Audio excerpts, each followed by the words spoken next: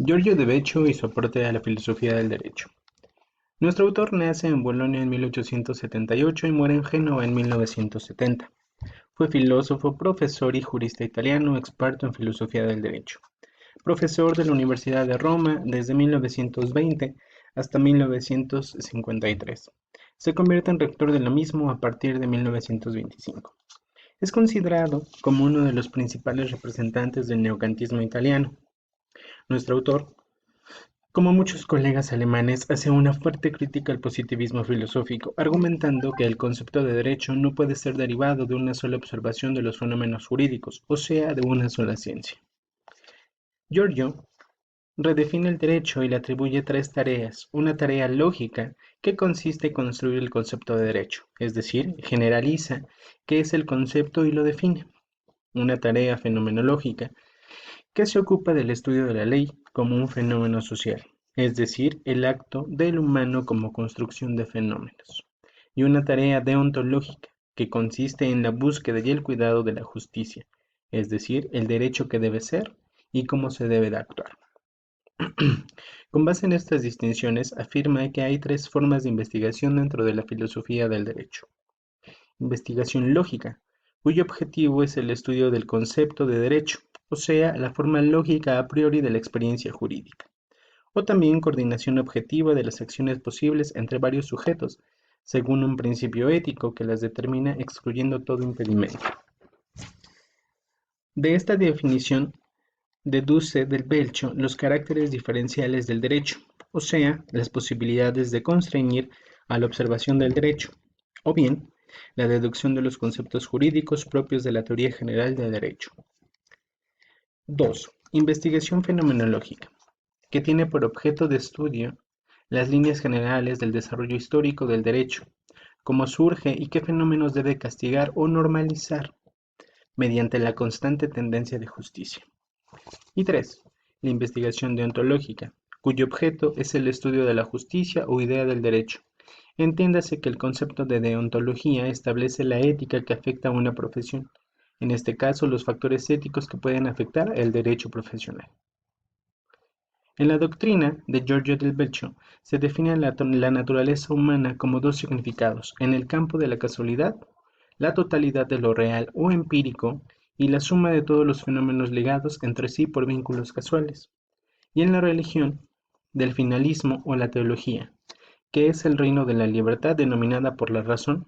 El hombre posee la libertad de determinarse a sí mismo y se proyecta o se desenvuelve en el reino de los fines, o sea, de los dioses o las ideas teológicas. Para Del Belcho, el derecho no se funda sobre cosas externas, un realismo empírico o un realismo historicista, en sus varias formas, o sobre el mero mandato de un ser trascendente, un dios, o de deducir el derecho a la utilidad del utilitarismo. No queda por tanto más que recurrir a la naturaleza humana, o sea, buscar en la conciencia de nuestros seres fundamento último del derecho, de modo que hay que enlazar con la tradición clásica de nuestra disciplina, procurando sin embargo revalorizarla, con dilucidaciones, críticas metodológicas, éticas y morales. Nuestro autor comprende la naturaleza como un principio animado racional, en cuya cúspide a la altura máxima está el hombre, y esa es la naturaleza. Tal es la condición del hombre en la naturaleza, entonces que él la define y le da una ley determinada, un pensamiento jurídico, y va deliberando constantemente las reglas de conducta. Entonces vemos que el derecho es una obra racional, lo cual siempre es como discutible o sospechoso para Del Belcho.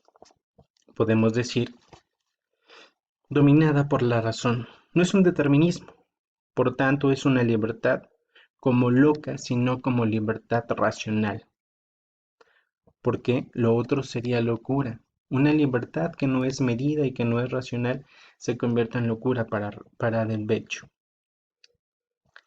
El derecho y la moral, para Del Beccio, son distintos, pero son hijos de lo mismo. ¿De qué? Pues de la razón. De la razón de ser libre o de la libertad en sí misma. Es un poquito distinto de lo que estaba pensando Kant, porque Kant, al meter la heteronomía como algo separado de la moral y de la ética, establece que hay juicios sintéticos a priori y a posteriori. Para Del Belcho, no. Ambos son hijos y ambos son iguales dentro del sistema. O sea, ambos tienen la posibilidad de afectar mi conducta si yo no sé tener mi libertad racional. Del Belcho suscribe la concepción de la filosofía como un conocimiento de lo universal, de lo cual deduce que la filosofía del derecho será sobre todo el conocimiento de lo jurídico en sus aspectos y elementos universales. De este modo, define expresamente el derecho natural, porque el concepto lógico universal del derecho debe incluir tanto el derecho positivo como el derecho natural. El concepto de derecho es, por consiguiente, para Del Belcho, un concepto cultural. Ahora bien, los conceptos culturales no necesariamente son, en sentido estricto, ni conceptos axiológicos, ni conceptos ontológicos, sino más bien hechos relacionados a un valor ético-moral siempre actuante. O sea, cuando nosotros tenemos una libertad racional, la ponemos en balanza para poder saber qué es lo adecuado y qué es lo inadecuado.